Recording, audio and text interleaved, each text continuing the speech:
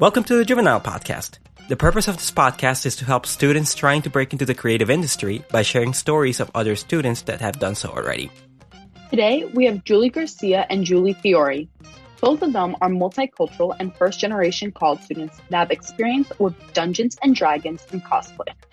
Julie Garcia will be a senior at the University of Illinois at Urbana-Champaign. During her time at UIUC, she has worked on the National Student Advertising Competition, also known as NSAC, for 2 years, and on the AAF, American Advertising Federation, Executive Board as an account director for AdBuzz, a PR agency. This summer, Julie is working at Publicis Media as a central activation intern. And next year, she will be on her school's AAF Executive Board as a Chief Operations Officer and on the school's NSAC Executive Board. Julie Fiore recently graduated from the University of Illinois in Urbana-Champaign with a Bachelor of Science in Advertising. During her time at UIUC, she has worked on the National Student Advertising Competition for 3 years and on the AAF Exec Board as Chief Diversity Officer, Agency President for Pangea, a multicultural agency, and as Account Director for RSVP, an event planning agency. Additionally, she was a part of the most promising multicultural student program in 2022. This summer, Julie is looking to break into the advertising industry. So, without further ado, let's welcome Julie Garcia and Julie Fiore. So, Julie Garcia, Julie Fiore, welcome to the Juvenile podcast. So to start off, can both of you tell us a little bit about your involvement in college this past year and in general? You can go first if you want. Okay. I think we're going to end up crossing over into things because we did so much stuff together. All right. So our involvement in college and AAF. For me personally, this past year, I was the Chief Diversity Officer of our chapter. And I was also in NSAC, Midnight Oil. Is that all of the things that I was in technically? I mean, I was also a part of, obviously, the Diversity, Equity, and Inclusion Council as Chief Diversity Officer. But that was where most of my involvement was in the past year. So my involvement was, I was the account director for AdBuzz, which I know Nicole and Juan were both a part of this past year. I was also part of NSAC and Midnight Oil as an account manager and then just general team member for NSAC. And then I was also a part of the DEI Council. And can you guys tell us a little bit more about NSAC and Midnight Oil? What are they about? What exactly are those things? So Midnight Oil is our AF chapter's biggest, or it's the top tier full service agency, which you have to apply in order to get into. I guess that's the basic of it. So you get a bunch of different clients. So I know I worked on a movie studio client. And Julie, I forgot who you had. I was working on Jarling's Custard Cup my first semester, and then the second semester I was working on Illini Esports. So you guys both worked with advertising, media, creating content in some sort of way. Yeah. Mm-hmm. I will say my main focus was a lot of PR, even for my Midnight Oil client. Mm-hmm. So I guess that was that's my main background. Mm-hmm. Most of my stuff was more visual, creative, making advertising for usually social media, or for esports, we did some merch work for them. So Julie Garcia, what type of PR stuff did you focus on usually, and what type of work did you create with that? So for my Midnight Oil client, it was they wanted the way the client phrased it was good old fashioned PR. He wanted to build awareness for his movies. So we hosted a movie showing, and we had a pretty decent turnout. And that's basically what he wanted. He just wanted more people to be aware about his films. So overall, just awareness. And Julie Fiore, what type of content did you create specifically? So when I was working on Jarlings, mostly, we generally focused on Jarling's Custard Cup Weekly has a flavor of the week, or a special, they have 1 or 2 specials a week. And so we basically worked on making a content calendar with them, and what's the word I'm looking for? Creating a bunch of visual ads for their social media for that.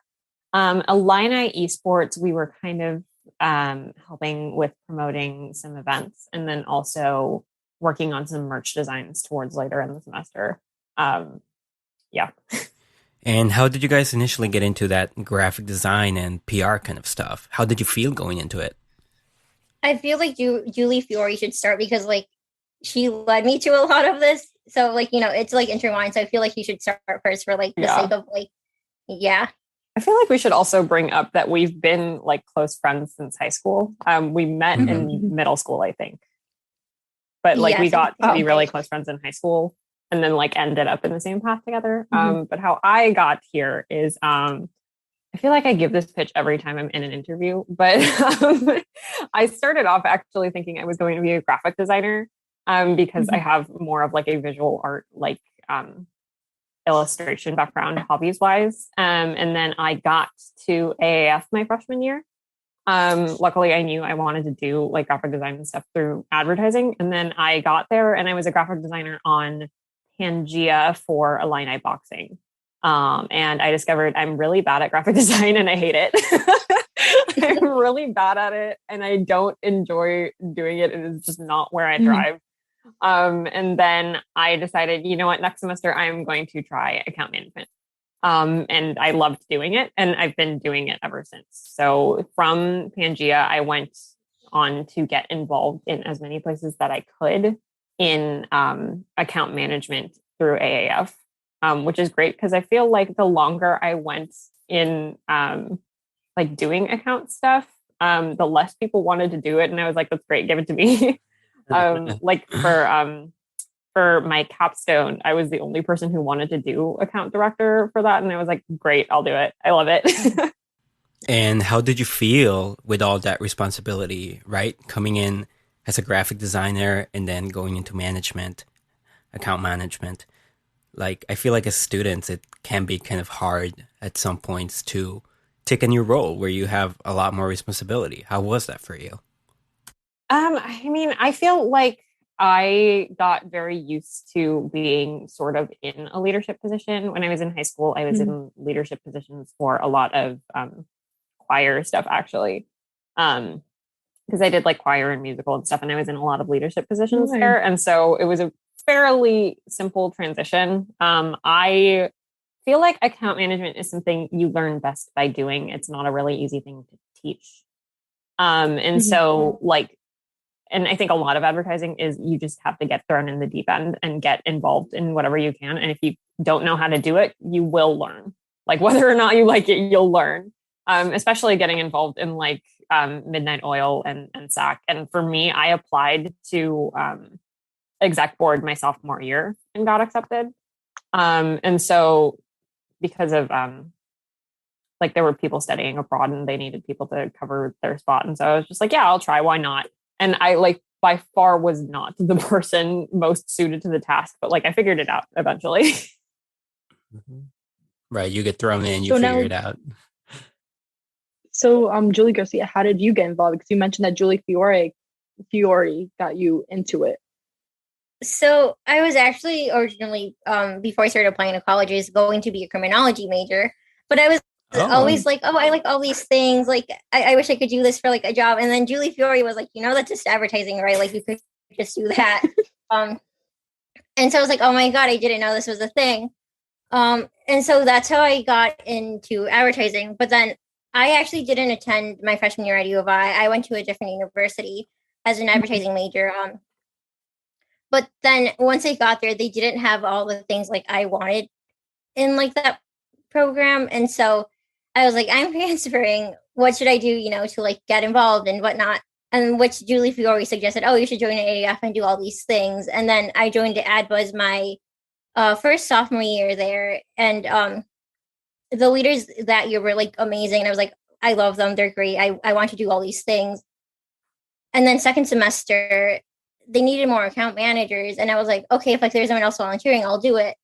And they assigned me this really cool client. And I was like, oh my God, that was my first choice. And I'm the account manager now.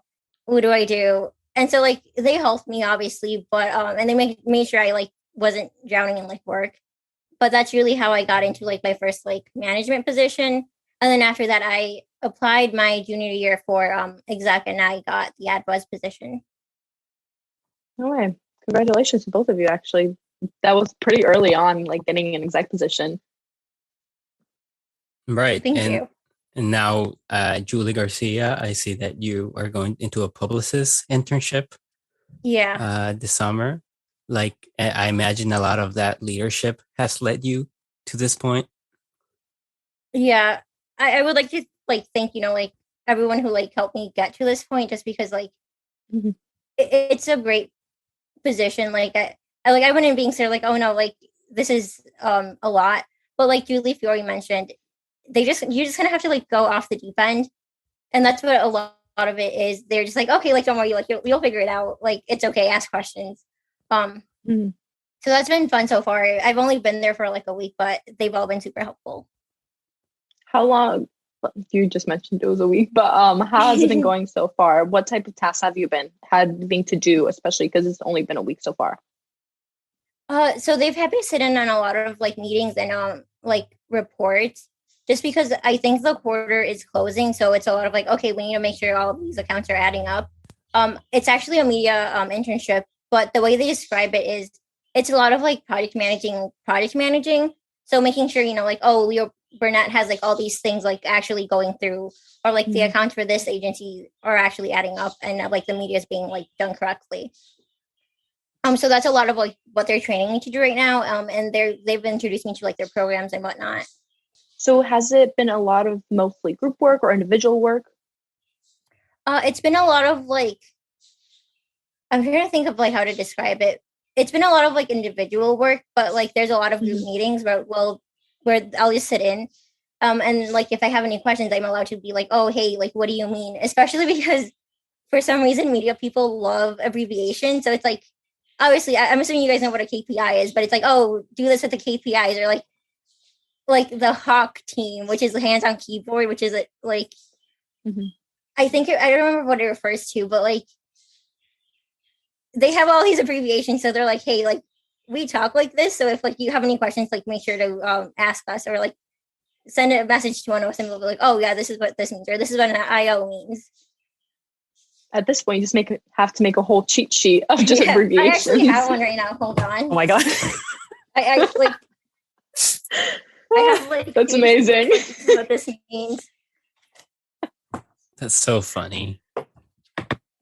Math students make formula sheets, media students make abbreviation sheets. No, yeah, you have to do that because actually for NSAC this year, our client was Meta, and specifically the Quest 2 headsets. And not everybody who was on the team was really familiar with like gaming terminology or computer terminology. Like we had, thankfully, a couple of like comp sci students who like definitely knew that, but there were a bunch of people who like weren't very familiar with it. And I was like, we need to like make sure that we know this. Like obviously, like clients, you need to be like an expert in what they're doing. And so I was like, I'm making a dictionary. We're making a dictionary for this. I don't know how much we ended up using it, but like, yeah. It's good to know. Yeah. So with NSAC, you guys won third in regionals this year. And what were some of the projects and like things that you had to work on? Like one of the things I heard about was you guys had a blimp idea. So what are some other ideas that you talked about, or could you elaborate a little bit on that blimp idea? Oh my god, the blimp. I was a big fan of BOGO. Oh, I forgot about BOGO. I think you know BOGO better than I do. I feel like I erased some parts of the campaign from my mind because there was so much of it. I can explain the blimp. This is for the Meta campaign, right? Working with Meta, creating an advertising campaign for them. Yeah, so BOGO was like this mascot, or like he was a mascot from like a game, like, and it was like a pet game. So he's like this little like dinosaur alien thing, and he's really cute. And like we had this like, oh, like customize your own BOGO idea, where like you basically like make a Build-A-Bear of BOGO, because like you can customize like BOGO and whatnot, and like have him be your pet. So that was one of our executions, because if like like let's say you were to go on the quad, like, and there was like a free like stuffed animal thing, I'm assuming you guys would stop by and like get a free stuffed animal. So yeah, so that was like our thinking behind it, and like I think that was my favorite execution. Yeah, the blimp idea was like, I always go back to the blimp idea just because it's such a like out there thing, but I think it really would have been fun had the execution like actually been executed. The idea was to have like a blimp, like a virtual blimp tracker thing. And schools across the country would compete to like bring the blimp like towards their campus. And then after a certain period of time, I think we were going to have it be like the blimp would like land in like a quad or like a like campus that won. And it would basically be this big like giveaway event. And I just think it's funny to like be like, oh yeah, the blimp execution. And then everybody's talking about like this huge like project that we had planned. Budgeting for blimps is something that I didn't think I would have to do in my college career, but I did like eventually have to do that. Hey, that's the media industry, right? You end up doing things you never thought about. Yeah. Right. And I know that you guys have mentioned your Dungeons and Dragons and cosplaying in how that could be applied to a resume and make you unique.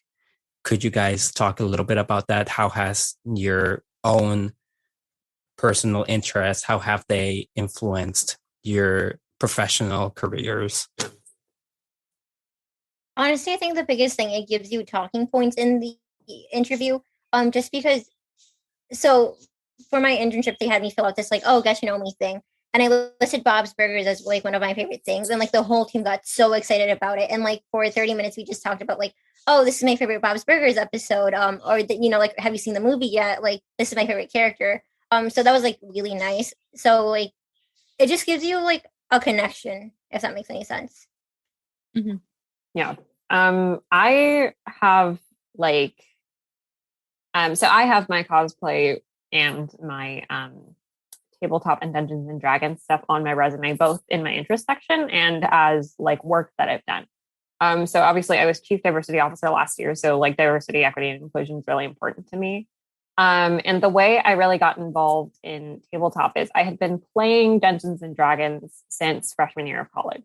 So it was already a hobby of mine. And then basically I was really concerned about my own identity as an Asian woman and how that interacts with the fantasy genre. And so I basically did this like Twitter thread on my cosplay account about like, this is how Asian people are portrayed in the fantasy genre and in like Dungeons and Dragons and stuff. And it went like, it blew up in the tabletop community for some reason. And through that, somebody reached out and was like, hey, do you want to play test like this thing that I wrote for Dungeons and Dragons? And I was like, I've never done this before. Are you sure you want me to do it? And they were just like, yeah, you're outspoken and you are knowledgeable on this topic. And that means that you would be a perfect playtester for this. So I playtested through that. Since then, I've gotten involved in, what is the name of the thing I'm thinking of? Sensitivity reading, cultural sensitivity reading, which I think is really an interesting way to look at what my position was as chief diversity officer. Because a sensitivity reader is basically somebody who will read over something. Usually with tabletop gaming and stuff, it's like narrative structure or like rules or something, and making sure that something that is harmful isn't in it. So I've literally been paid to read over something and tell somebody like, hey, this reads as racist, like straight up, it does. Sometimes people really need that. And so like, it's really interesting to see that there are people who have the entire thought, like, I need to use this resource. I need to have somebody read over my content and make sure it's fine. And then they'll still miss things because people tend to miss things. Like nobody's perfect, obviously. So yeah, that's how I sort of got involved with that. But also my cosplay is very like social media heavy. And I think cosplay, should we explain what cosplay is maybe a little bit? Yeah. I've just been talking about it. But basically cosplay is literally just like Halloween whenever you want. So like I dress up as fictional characters and spend way too much money on it. And the way I like to talk about it is that can be as something as like pop culture, as like a Disney princess, or as like specific and niche as like, oh, this video game I played when I was 11 that nobody knows about. And I've been on like both ends of that. But I think it's a really cool thing to examine through advertising. Once I like organize myself and manage to do this, I want to write like a video essay about like cosplay and how it sort of works as a form of guerrilla marketing. Like my primary way pre-COVID, especially, to get involved with cosplay in the community is that I would go to conventions, which is just hundreds, thousands of people in these costumes. And I can't tell you the amount of times that I've seen a costume and been like, what show is that from? Because I want to watch it. Like it's amazing the power that people have. And so like, I love seeing that and like fan created things and just like industries where people are creating a lot like that in tabletop. And like thinking about that through an advertising perspective. So one thing you mentioned was that you did the read-throughs. What are those called again? Cultural sensitivity reading.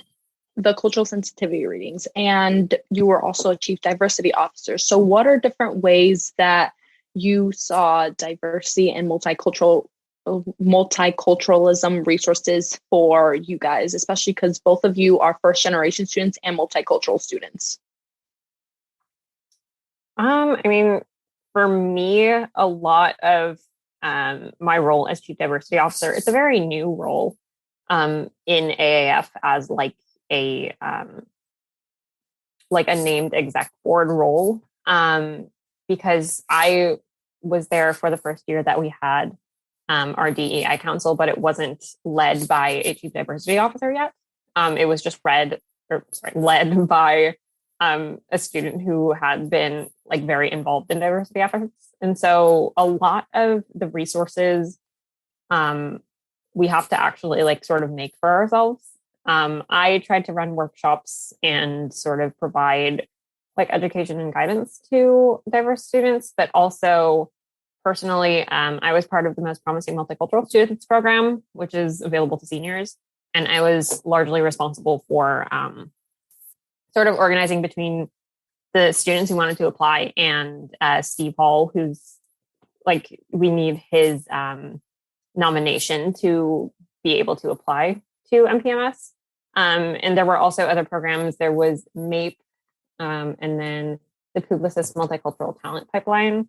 And those were the main things that I focused on and organized and helped get information to people for. Right. And I find it, sorry.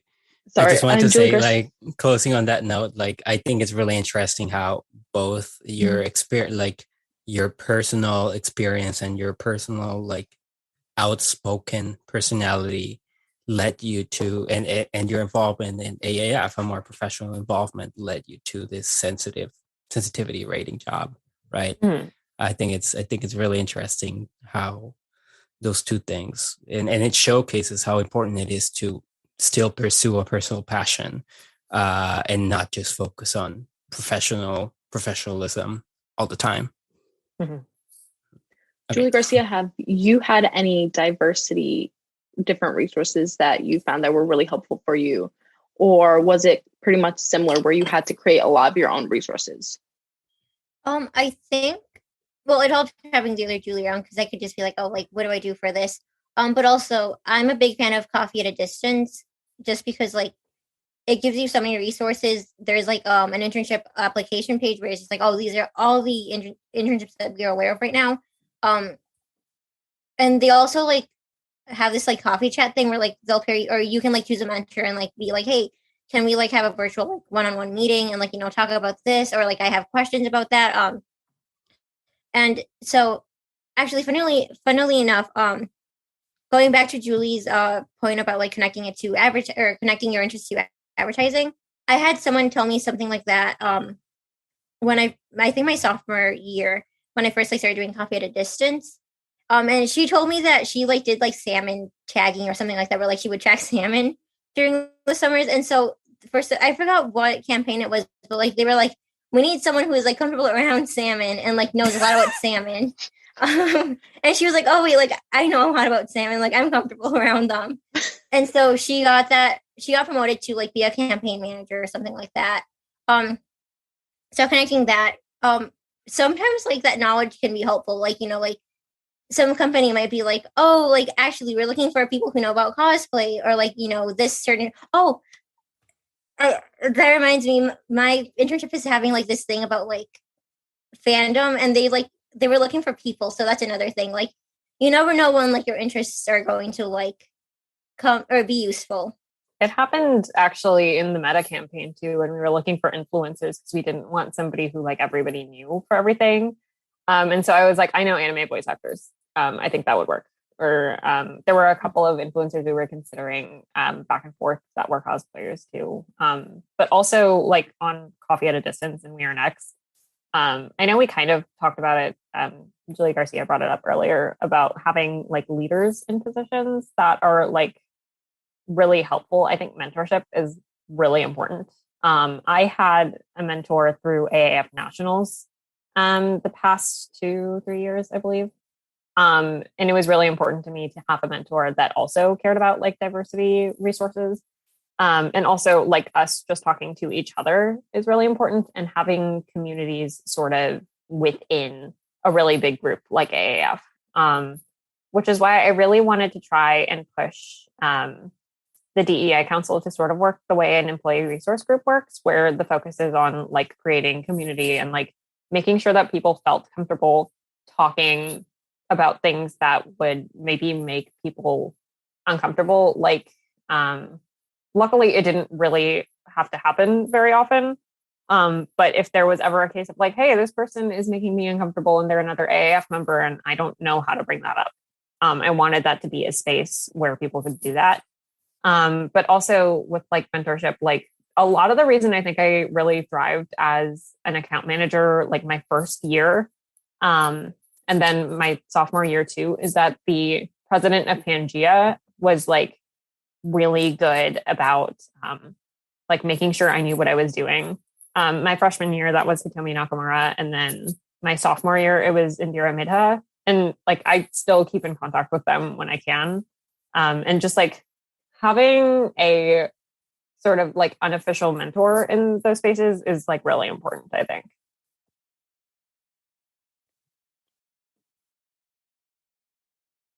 And Juan, do you have any more questions that you want to ask, or are you ready to go to our final one then?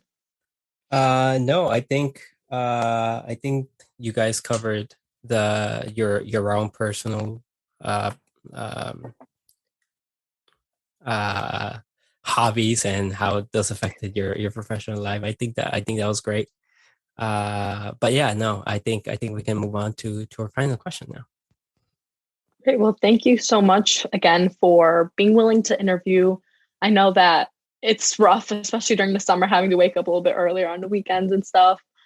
But as a final question, what we kind of wanted to ask is, what do you recommend for other students that are interested in creating their own social media content or using their interests? Especially because we're going to be having another like mini segment that will focus more on tips and tricks for students. So what are different tricks or resources that you found helpful? I know you mentioned Copy at Distance, but what are some other things that you found helpful? So I, in both like my personal cosplay stuff and on like a professional level, feel like just talking about what you like and being really passionate about that is what's going to be the easiest and the best way to get you like really involved in something like that. Like the reason that I'm able to like have a consistent cosplay like social media presence is because it's something that I really love. And I try to also bring that into like my professional life by like having it on my interest section on my resume and bringing it up in interviews like this one too. Like don't be afraid to be all of yourself in like the workplace, I think. Don't like, it's pretty common, I think, for people to be like, I don't know if this is like too nerdy to talk about in an office, or like if this is like not going to make any sense to anybody. Like if it doesn't make sense to anybody, then like take the time to explain it. Like just be passionate about what you love. I think Julie said it really well.